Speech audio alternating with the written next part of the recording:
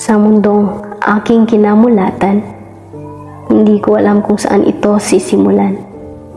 Madilim na animoy walang nakasindi na lampara. Mga mukha ay pilit ikinukubli sa masayahing maskara. Nandito ako sa isang sulok kung saan ang daming mata ang nakatingin. Mga tinig na nagbubulong-bulungan sumasayaw sa kumpas ng hangin. Bakit kami pinandirihan? Bakit kami tinrato ng ganito? Sa lipunang mapanghusga, edukasyon, pagtanggap at pag-unawa ang aming kailangan. Hindi kami mamamatay sa sakit. Pinapatay kami ng lipunang mapanghusga. Huwag niyo kaming husgahan dahil sa sakit na meron kami. Huwag niyo kaming tatuhin na parang basurang pakalat-kalat sa daan. Panibagong araw ay isang pagsubok na pilit tatahakin kung paano susuungin ang oras na walang bahid ng kaba at takot mula sa mapanghusgang lipunan.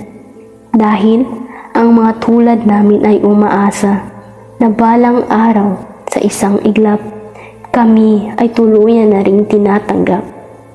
Pagmamahal, pag-unawa at pagtanggap, ito ang aming kailangan. Ito ang tinig ko. Ito ang tingog ko. Naririnig mo ba ako? What do you know about HIV? I think that stands for Human Immunodeficiency Virus. Is an STD or sexually transmitted disease.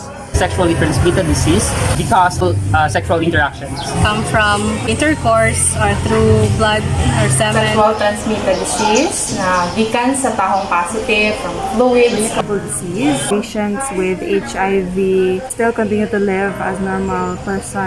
This is a sexual intercourse with different kinds of partner, and not only partners but of course with animals. I was diagnosed when I was 19 years old. I'm so sad about myself that I was not informed in my early age, especially when I was in high school, about HIV. Palit kag kondom kanang katawan ka, unsa mo nimo nganong maggamit man kag kondom hinana. So, I was diagnosed with HIV way back 2013. And I told my partner about that. He said don't get medicated and just live a happy life. Suddenly, my immune system is getting weak. I got shingles. After getting shingles, my left foot, hindi ko maigalaw. Sobrang sakit. That is the only time that nagpunta ko sa RITM. After that, I took isoniazid for the protection of my lungs for the TB, and at the same time I started taking my antiretroviral, and after 8 years, ito na, I'm still looking good.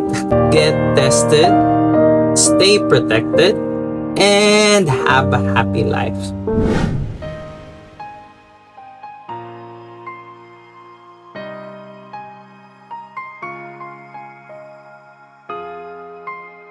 If you're like most people, you may not realize there are many ways to help prevent HIV.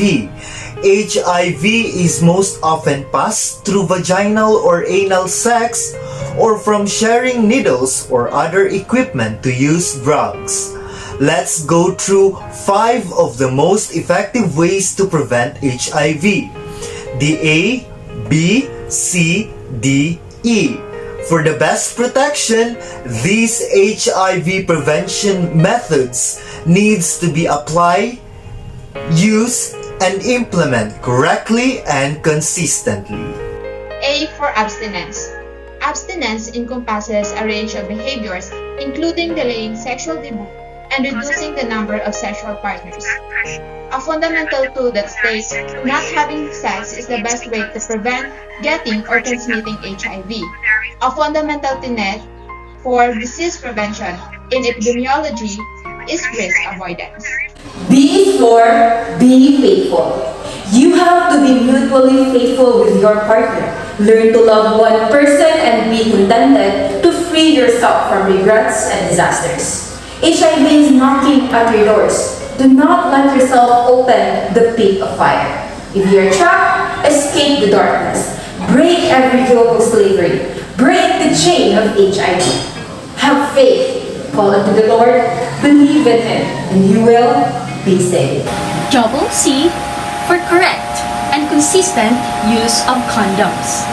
A condom used during sex becomes a physical barrier that prevents body fluids that exited a person with HIV from entering the bloodstream of his or her sex partner. Therefore, the use of a physical barrier must be both correct and consistent. D. Don't use drugs.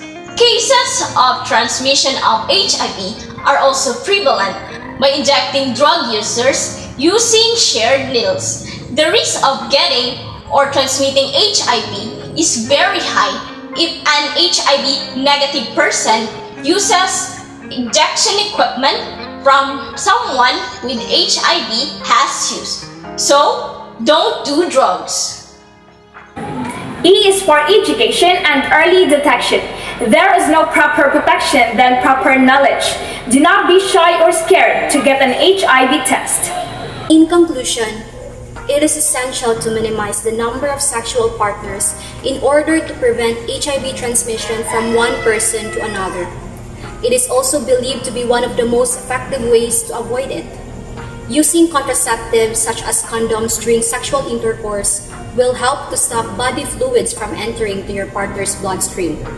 Moreover, a physical barrier is required in order to be both correct and consistent with your sexual acts. Another thing is to avoid using sharp objects like needles that already been used by other person, especially those with HIV, because it is said to be one of the most common ways of getting it. Lastly, raising awareness about HIV is the effective form of prevention and protection. Nonetheless, don't be afraid to be examined. We, the health activists, advise everyone to be faithful with your partners and be contented. Be the light to the darkness.